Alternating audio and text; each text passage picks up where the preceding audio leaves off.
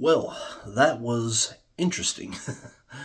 I about turned that one off once I realized they were just going to be playing the bench, the Indiana Fever, that is. I realized they were just going to be playing their bench the rest of the way. They were down by like 15, and the very end of the bench almost brought it all the way back. Um, Big credit to Katie Lou Samuelson, Christy Wallace had an amazing game. Um, Got to give a ton of credit also to Victoria Saxon and Grace Berger, the absolute end of the Fever bench. They did a great job. They made the big shots at the end and almost brought it all the way back. So, big time congratulations to them. Starters did not play very much at all. I'm sure Washington's glad they opened up the big arena just for Indiana to not really show that much effort as far as giving the starters a ton of time. And I get it. You know, you're going to the playoffs and all that, but I was just want to be known for the record. I don't particularly care for that strategy because to me it's backfired on teams a lot more than it's helped. To me, if you stay in on the offensive mode constantly, keeping that kill switch on, um, to me that's the way to go. If you want further proof, just look right across the way in Indianapolis to the Indianapolis Colts. Look at their look at the Peyton Manning era. One of the best quarterbacks ever. Had such a storied time with the Indianapolis Colts before having neck surgery, and they figured he was washed, and then he wound up going to Denver, making two more Super Bowls and winning one.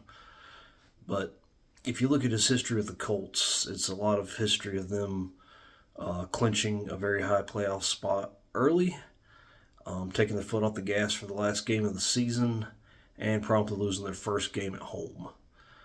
You go back to, I believe it was Peyton's second season, 1999. The last game of the season in Buffalo, they kind of took their foot off the gas and realized they weren't going to beat Buffalo. They already had their spot in the playoffs locked up. Took their foot off the gas, lost to Buffalo.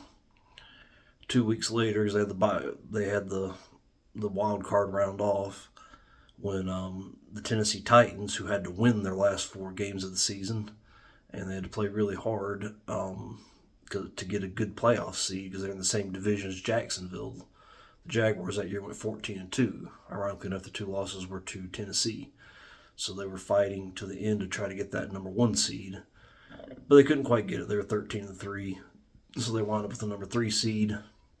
Had to go play the wild card round, so they had a lot of momentum on their side, and they went and beat the Colts in their place. 2005, it happened again. In Indiana the Indianapolis Colts had a great record. Last game of the season against a very sorry Cardinals team. I think Peyton just played the first drive of the game. I think he threw two passes, completed one for 5 yards. Because they had already locked up the top seed. That was probably their most dominant year, and they didn't really play that game. Had the week off for the wild card round. In the meantime, the Pittsburgh Steelers were having to play their tails off for the last four games of the season just to make the playoffs, and they did. They made it as a wild card, and they took that momentum, went to Cincinnati and won, and then went to Indianapolis and won, and eliminated Peyton and the Colts again. And for a lot of us, myself included, I thought that was the end of Peyton's championship window. The next season, the Colts had to play to the end to keep their good playoff seed. Baltimore and the San Diego Chargers had the best seeds, but Indianapolis still had to play very hard in the last game of the season. I believe they played the Dolphins to keep their seed above the Patriots in the off chance that Indianapolis somehow made it to the divisional round and beat Baltimore, and New England made it to the divisional round and beat the Chargers, which is exactly what happened. So the Colts played hard through the final week of the season, won the wild card round, won the divisional round, while the Patriots won that crazy divisional game over the Chargers, and then the Patriots had to go to Indianapolis and lost. And Indianapolis went on to win the Super Bowl, and Peyton finally got that accomplishment. So you'd think, okay, they understand now the formula. Not so much. 2007, New England 16-0 season.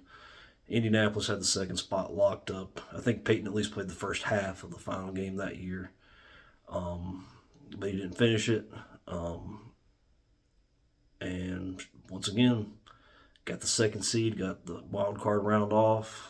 The divisional round, they played their first playoff game at home and lost to the Chargers, who were much worse this year and did not have LaDainian Tomlinson, and they also did not have Philip Rivers for most of the game.